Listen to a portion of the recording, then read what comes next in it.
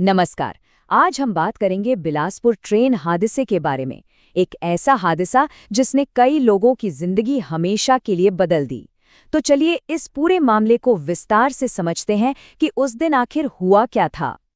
सोचिए, 4 नवंबर 2025 एक MEMU passenger train में बैठे यात्रियों के लिए ये बस एक और आम दिन था। पर अफसोस, उनका ये सफर एक भयानक हादसे में तब्दील हो गया। तो आखिर हुआ क्या था? चलिए सबसे पहले इस घटना से जुड़े जो बेसिक फैक्ट्स हैं, जो बुनियादी बातें हैं, उन पर एक नज़र डालते हैं।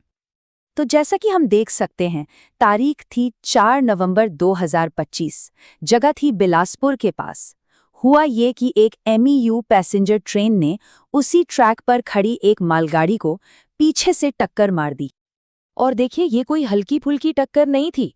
पैसेंजर ट्रेन ने एक स्टेशनरी मतलब खड़ी हुई मालगाड़ी को हिट किया और इसका असर इतना जबरदस्त था कि पैसेंजर ट्रेन को बहुत ही गंभीर नुकसान पहुंचा।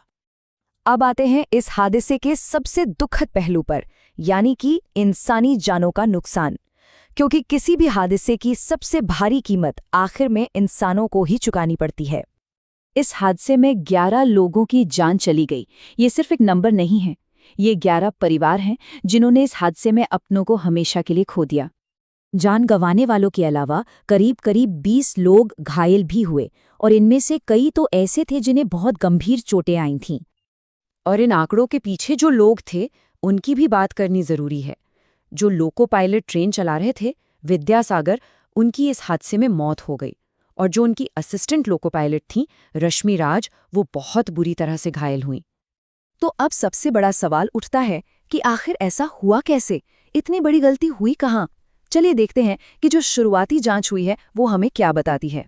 तो जांच किस दिशा में जा रही है?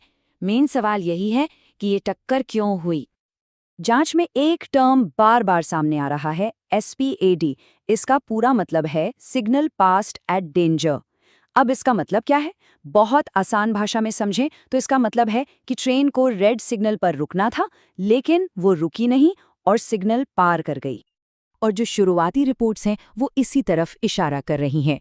ऐसा माना जा रहा है कि पैसेंजर ट्रेन के ड्राइवर ने रेड सिग्नल को ओवरशूट कर दिया, मतलब सिग्नल को अनदेखा कर दिया, और यही इस टक्कर की सीधी वजह बना।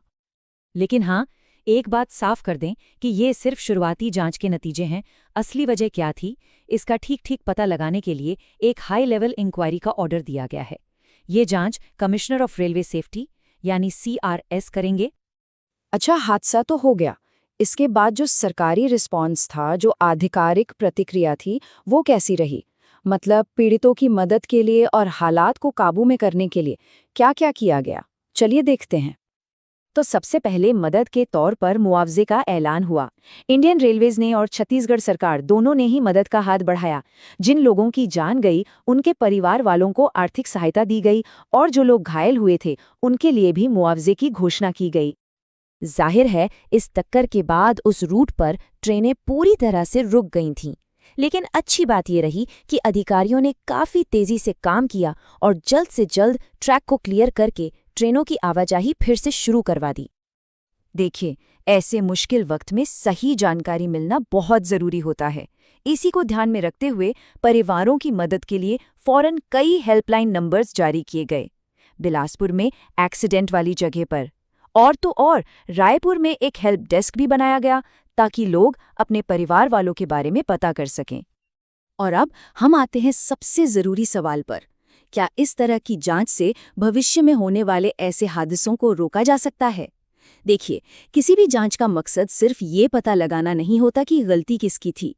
असली मकसद तो ये होता है कि सिस्टम में कहाँ कमी रह गई, उसे पहचाना जाए और उसे ठीक किया जाए, ताकि आगे से ऐसा कभी ना हो और रेल का सफर सबके लिए सुरक्षित बना रहे।